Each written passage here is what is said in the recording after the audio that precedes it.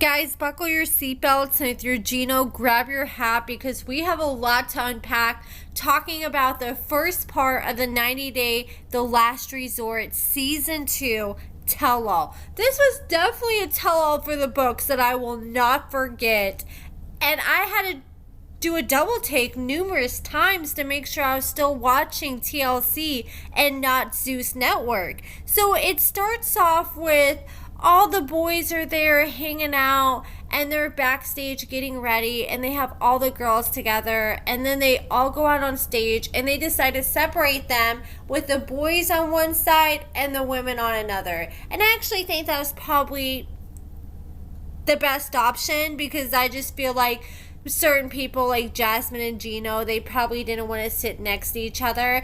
And with Jasmine like throwing her shoes like she did at Rob, just imagine how much worse that whole situation would have been if she was closer to Rob, like if they were sitting just like a couch apart. Like, thank God they had some distance from each other. So at first, everybody's at the tell-all except Jasmine. Everyone's backstage. The guys are hanging out with the guys mostly. The girls are hanging out with the girls. And then Sophie and Julia go up and start talking to Rob and Josh. And the next thing you know, they all need to go out on set and start filming for the tell-all. So Jasmine's running late, so they go ahead and get the tell-all started. And they're just going around getting short updates on people. So Gino reveals that him and Jasmine are no longer together. They're separated. Then they moved on to Ari and Benny, and she said that they are still married, but they have not done the paperwork to get divorced yet. And they asked her if she was like in an open marriage, and she's like, no, but pretty much the whole time we were together, in Benny's eyes, he was in an open marriage because he cheated on me like 4 different times. Then they asked if they were gonna like try to start the process like getting divorced. It's so obvious they're not going to be able to reconcile on the marriage part, and he clearly has already moved on. But then they asked Benny, like, okay, well, what's the process of the divorce? And he's like, well, I just don't see the reason to do a divorce. You know, we're fine how we are, just married. Well, maybe on your end, you're fine, just married. Because I honestly don't think Benny's any rush to find another girl and get married anytime soon. I could see him being fine not getting married again for the rest of his life. But I think Ari's gonna eventually want to settle down and meet someone else and get divorced. And I think the only reason that Benny doesn't want to get divorced is because he doesn't want to risk losing his legal status and his green card in America, and he doesn't want to have to move back to where he came from. And then we checked in with Rob and Sophie, and they were just sitting there giggling. Well, Sophie was like a little teenager. So they're like, how have things been between you guys? And Sophie's like, and Rob's like, okay, what are you laughing at, Sophie? And she said, oh, Rob, what do you think I'm laughing at? And it's just like, you know, when people have an inside joke and nobody else gets it, that's just how I felt in that moment. And finally Sophie was like, yeah, you know, we broke up for a while, but for some reason after a few months we just started hooking up again. I feel like they're still hooking up with each other for different reasons. I feel like Rob is still madly in love with Sophie, and he's keeping that door open, hoping that one day they'll reconcile, they'll be back to how they were before. But I think Sophie has already moved on in her head, and she knows things aren't going to work out with Rob. But I think she doesn't want him to move on. I think it was the Reality Gaze podcast I was watching, and they made a good point where they feel like Rob and Sophie love being on TV so much that they feel like they would almost do anything they had to do to continue being on TV. And that's kind of what I feel like Sophie's doing here. She's kind of stringing Rob along because that will just guarantee them another season. I don't think either one of them are ready for marriage, and I think they both need to be single for a while and find themselves, but it's going to be hard for them to find themselves and move on if they keep just going running back to each other. Then Rob just had to throw it out there, oh yeah, by the way, me and Natalie have been banging too since the resort, so don't let her convince you guys that we haven't been talking. And Natalie was like, it was just pity sex. So if anything, this has just taught me all the couples that acted like they're going to go their separate ways at the recommitment ceremony, none of them were really fully ready to close that door and put a lock on that door and keep it bolted shut. So we then get an update from Stacy, and Stacy says that things haven't been so hot between her and Florian. She's been having a lot of trust issues, and the preview they showed for the next episode where Darcy and Georgie come in, that looks like it's definitely going to be very interesting, and something has clearly made Stacy pretty upset and lose even more trust in Florian since we last saw them. Jasmine was running late, so finally she pulled up and she walked in. And the big elephant in the room, of course, was Jasmine's pregnancy. Jasmine revealed her pregnancy, and as soon as she walked in, Gino just gave the biggest look of disgust. You could tell that was his genuine reaction and first time finding out she was pregnant. And I'm glad that it didn't get leaked before the tell-all, because that reaction he gave was golden. So after Jasmine revealed her pregnancy, the reactions around the room were varied, to say the least. Gino was seemingly trying to process the news, and he admitted that it was heartbreaking to hear that Jasmine was pregnant, especially considering their prior conversations they had about having children together. And Jasmine claimed she didn't want to have kids with Gino because she feared that if she had another child, that she would give birth to another baby with special needs. And so they had that agreement, they wouldn't have no kids, and then she just walks in pregnant as hell. So that definitely raised a few eyebrows. Jasmine must have stayed home for majority of her pregnancy, because with her being that pregnant, I am so shocked someone didn't leak it before the tell-all that she was pregnant, especially with her like moving to Florida and going to the beach all the time. All it takes is one fan to catch her off guard and take a picture, and then the next thing you know, the whole world knows. But somehow that didn't happen. So the host, SHEIN, was just asking the most obvious questions like, oh, is that Gino's baby? Well, obviously it's not Gino's baby. Did you see the way he reacted when she came out? And obviously they're keeping her and Gino apart, like up until Jasmine arrived, for a reason. Then she asked her, okay, so it's Matt's baby, obviously. And she's like, yes. And they're like, okay, was this pregnancy planned? She said no. And then they asked how far along she was, which that's the question a lot of people wanted to know. And Jasmine refused to answer. And I really wish SHEIN would like try to push back a little more on this question. But, you know, it kind of was obvious that Jasmine was dead set on her answer. And then all of a sudden, SHEIN and Ari were like, oh, is that because like you have some kind of superstitions in your culture that's bad luck? And then Jasmine starts like feeding into that, like, oh yeah, you know, it's bad luck to say when the baby's born, what the sex of the baby's gonna be.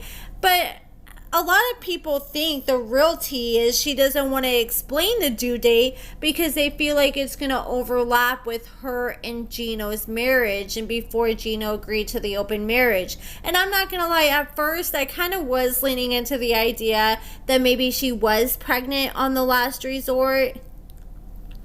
But with them filming back in March and with it being April, I just don't think that's possible unless she's like posting old pictures and old videos on her social media claiming she's still pregnant when she isn't.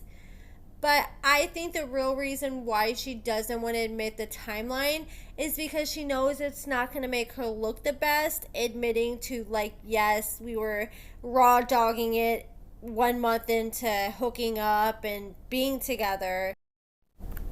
I was hoping we were going to learn a lot more details, but all we really learned was that the pregnancy was not planned. They asked Rob how he thought about Jasmine being pregnant, and he's like, well, I just feel like Jasmine just used Gino to come over here so she can get what she wants And then once she used them all up, she just discarded him and then moved on to Matt and got pregnant with his baby. And then Jasmine was like, you know what? I'm really not trying to hear your opinion because your marriage didn't work, which that just isn't a very good insult because her marriage didn't work either. But I mean, I can understand like not wanting to take advice from Rob, because you better have all your shit together before you try to give me advice. But the thing is, this is a tell-all. Sean was asking Rob for his opinion. That's what the tell-all is all about. And they're just getting started, and Jasmine is already having a hard time handling it. Of course, they're asking questions that are going to stir the pot. So Rob was like, yeah, I feel like she just used my boy Gino over here. And Jasmine was like, you know what, your marriage didn't work. He was like, neither did yours. And then she said, what'd he say? She said, I don't need to explain myself to you. And he said, yeah. Then he started mocking her in her accent and said, yeah, do I need to explain myself to you? Well, maybe you don't need to explain yourself to me, but you should explain yourself to the world. And Rob actually got a lot of backlash for this because people were trying to say that he was, I don't know the word for it, but, you know, they kind of felt like there was some, like, microaggressions in what he was saying, and him using her accent. He came out and said, like, look, I have a lot of friends who are Latino, and that's probably why I was able to do the accent so good. But he's like, look, I didn't mean anything by it at all. I was just literally trying to talk the way she said it because I was just in the moment, and I was upset just trying to defend my friend. And I just feel like with Rob, he feels like Gino is not in a place where he can fully stand up for himself. So he's trying to speak and defend Gino when Gino can't do it for himself. So then Rob called Jasmine a 304. Pretty much he called her what starts with a W and rhymes with floor. Yeah, he called her that. And she got so freaking triggered. She grabbed her 6-inch high heels and she just straight chucked them at Rob as hard as she could. And I don't understand like why security was just like sitting back. As soon as I would have seen her grabbing towards her heels, I would have been ducking and diving trying to stop her because those are literal weapons that she has in her hand. There's other ways he could have shaded Jasmine without calling her names. Like, I don't like when people start resorting to name calling in an argument because it just comes across like super childish. Like, if you really want to try to make a point, then there's just so many digs you can do without calling them names. It's hard to feel bad for Jasmine because she has done that to so many other people. Like Lindsay Ryder, the girl who was with Gino before Jasmine, well, his ex-sugar baby that sent Jasmine the topless pictures and was like, hey, your man's sending topless pictures of you. I've seen all the messages. And Lindsay did not call her any names. She was just trying to be a girl's girl and warn Jasmine. And then Jasmine clapped back, started calling her a whore, calling her pathetic, saying she was embarrassing and her kids must be embarrassed at her job profession, and was just doing everything she could possible to hurt this girl's feelings. Then a clip came out. I know it's on 90 Day Fiancé Updates Instagram page. I'll try to remember to leave it linked below. But there's this video that somebody filmed inside like this restaurant or bar, and this is during the filming of 90 Day the Single Life, so we'll see this on this next season. And Jasmine and Gino are somehow at this same bar, but Jasmine's there with Matt and Gino is there with another girl, and this girl looks like a Jasmine lookalike. She looks like a Brazilian, and like she has the same color hair, same body style as Jasmine. And Jasmine comes strutting in through the door, and she literally chases this girl out the bar and screams and calls her a whore and jumps up and down pointing at the girl, trying to get people to join in on calling this girl a whore. And this girl didn't do anything to Jasmine except go on a date with Gino when Jasmine had already moved on and got pregnant by another man at this point. So it's like, okay, like Stacey said, she continuously dishes it out, but she can't take it when it's her turn. I really wish Sean, the host, would have wrangled everything back in at that moment, because it just seemed like Jasmine was trying to deflect from the situation so they would no longer talk about her. And that kind of makes me nervous for the tell-all, and I hope she doesn't continuously do that throughout the tell-all, where every time they start talking about her and trying to get her to take accountability, she instantly deflects, because then we will never get the tea if this continues to happen. Rob walked off the stage after she threw the shoe at him the first time.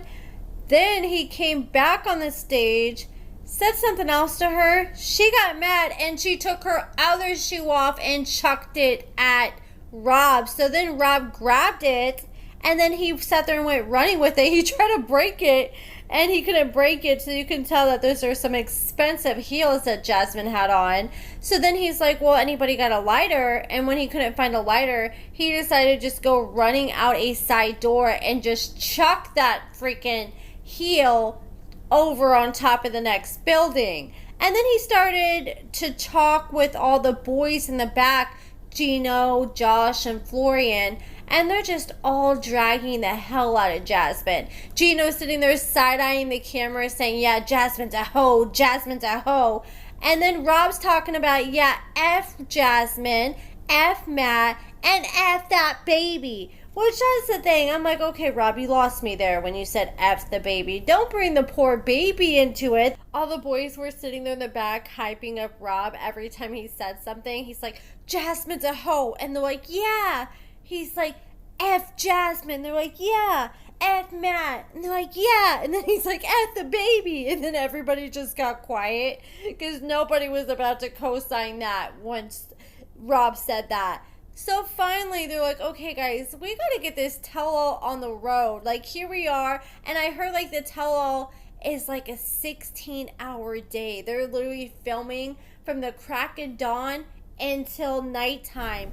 So I'm sure all we saw in part one and all this fighting between Rob and Jasmine, I'm sure that took up a good chunk of time and probably took up like half the day. You know, they cut it down all in one episode, but you know that probably took hours, the beef in between them. And while the boys were in the back dragging Jasmine, Jasmine was telling all the girls, like, look, I'm here to take accountability for my marriage and what I did wrong. And I think it's still a little too early to say that because we haven't really seen her take much accountability yet. Like, she did admit, like, yes, I'm pregnant and yes, it's Matt's baby, but we haven't really seen her take accountability beyond that. So I think it's a little premature to be saying that, but maybe by the end of the tell-all I may think differently. But pretty much the boys came back and they all sat down and they gave Jasmine her shoes back, which I thought that was very irresponsible. I feel like they should have took her shoes away from her at that point because it's very obvious she has anger issues and she doesn't know how to control them.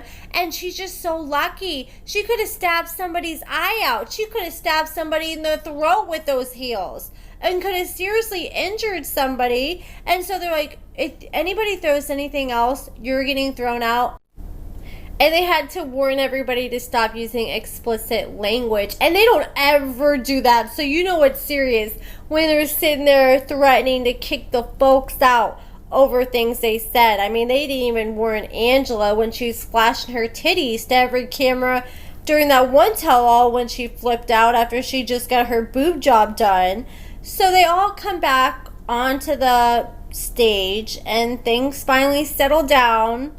And I really hope we get a breakdown more of this whole tea that happened. Like Gino keeps saying, I got some tea, I got some tea. So I really hope they break it down because I know they're going to be saving, or I know Gino is returning for the single life. So I really hope they don't save that for a big storyline on the single life and just like say, oh yeah, we separated, but don't really go into the depths of why that happened. Like, I really hope they don't hold off on a lot of the tea and try to save it for the new single life spinoff they're going to come out with. Then we see Rob called Jasmine, you know, that name that we just said. And she clapped back and said, well, you're the actual, 304 because you're the one out here stabbing your butt with butt plugs. So she exposed him and brought up those pictures that have been circulating for a hot minute now. And I guess like years ago, there's like this like this community, almost kind of like a Reddit group, but it's like the Big Dick Community or something like that. I can't remember the exact name. And there's pictures of Rob on there. There's pictures of him bending over with a butt plug, and you can't see his face, but when you look at the pictures, there's a birthmark on his finger, and it's in the exact same place and the exact same size as the birthmark that Rob has, and he has the same exact skin tone. And there's other pictures on that website too where he's showing his face, so I'm pretty confident those are pictures of Rob where he's doing like little gay for pay and all that. I get it. Jasmine showed up with ammo. I'm pretty sure she did some deep research before she showed up on at the tell-all, and all the boys ready to spill the tea if anybody came for her. And I don't agree with her posting those pictures of Rob bending over on her TikTok, even if the pictures were blurred. You know, she says, oh, well, he posted them on the internet, so they're free range. But I don't think that's a good comparison, because like, for example, she has an OF that's under a paywall, and I don't think she would be very happy if someone took all her pictures and leaked them online. I mean, it's the internet, and once things are on there, they're forever. But I think just with Jasmine, her platform, she shouldn't be contributing to spreading, you know, pictures like that, especially with how mad she got at Gino when Gino was sending topless pictures that were just meant for him and spreading them to everybody else. Here's what I don't like. Jasmine is the queen of taking things out of context. She'll sit there and drop tidbits of information, but she'll leave out big parts of that information so it'll spin a narrative that she's trying to spin. And that's kind of what she did here. She's claiming that Rob was doing all this when he was with Sophie, but I've looked at the pictures and I've looked at the original post from Rob, and these pictures were from back in 2017 before he was even with Sophie or on the show. So I mean, that's his past. I mean, I guess if he's gonna bring up her dirt, she's gonna bring up his dirt too. But at the same time, I don't think that it's fair for her to say, oh, he was doing all this while he was with Sophie. And I think she's just doing that for the people that she thinks aren't gonna look into it and are gonna believe her at face value. Yes, it appears Rob did these things, but it looks like he was living his best single life while he was doing these things, and it looks like he really wasn't hurting anybody but his butthole in the process. Then catch up with Julia and Brandon. And here's my thing with Julia and Brandon. I'm starting to wonder if Julia really loves Brandon. Like, a producer spoke out from the resort and said that the only couple they felt like was genuinely in love was Brandon and Julia. And I know Jasmine has said the same exact thing. But the fact that Julia doesn't want to have Brandon's kids, it almost makes me wonder, like, is this just who you're using for the time being? And you know you don't want a future with him. That's why you don't want to have kids, because she promised him at the recommitment ceremony that she would be willing to look into having kids and getting a second opinion if he was willing to bring her parents over, which I still think that's a very irresponsible decision, because they obviously aren't like rolling in the money or anything, and it doesn't seem like they're in a position to afford to support two more adults on top of themselves, including trying to bring kids into the mix on top of that. I just don't think that's a good idea, especially considering the fact that Julia's parents aren't even together and they don't even get along that good. It almost makes me think, like, are you just trying to get your parents over here so you can leave Brandon and then move in with them and still stay in America? Like, it's one thing if she came out and said, look, I want to become more established, I want to get a steady job, I want to be able to save up X amount of dollars first before diving into having a child, because I won't have no more independence once that child's here. It'd be one thing if she said that, but once he asked her for explanation on why she still hasn't got a second opinion, she really doesn't have one. It just seems like she gets really quiet, because it just seems like that's something that she's not even seriously thinking about, and it just really makes me concerned about their marriage, especially considering the fact all the times we're learning she's cheated on Brandon, and then it looks like in a preview for a future episode of the tell-all, he's gonna admit that she cheated on him again. At least that's what it looked like from the teaser they were showing. And it's like, okay, girl, if you keep cheating on this man like every 6 months, I'm starting to think it might be fair to say that you may not love him as much as you're portraying. Or maybe, like, I can't remember what cast member said it. I think it was Natalie. That Julie's just one of those people that just loves having male attention. I used to think Brandon and Julia were compatible, but the more I see them on spinoffs and get to know them better, they seem like two complete opposites, and it almost seems like Brandon's a little too boring for Julia. And in some relationships that can work, but it doesn't seem like it may work long term in this instance. And then they brought on Brandon's parents, and they were on a cruise, and they were bringing up the fact that Julia was dancing on the table, and Julia was like, I don't understand the issue. And they're like, well, you don't know the limits. And Julia's like, what is limits? And Brandon's mom was like, bingo, that's the problem there. And I think that's a very valid point. And I kind of just feel like they're overreacting about the whole thing about Julia getting on the table. Like, I don't think it's so much a problem her getting on the table, but when she's on all fours, yeah, that's a little weird to be doing in public at a bar. I might be a little embarrassed if my girlfriend started doing that. Like, dancing on a table, that's one thing, but being on all fours, like trying to be all sexy and seductive, I don't know. But I just think Julie is one of those people that she doesn't get out and party or get out too much at all. So when she does, she just goes balls to the wall. But that is it for this video, guys. Let me know what you guys think in the comments below. I cannot wait until the second part of the tell-all. Let me know what you guys think. Give this video a thumbs up, subscribe, and thank you so much for watching.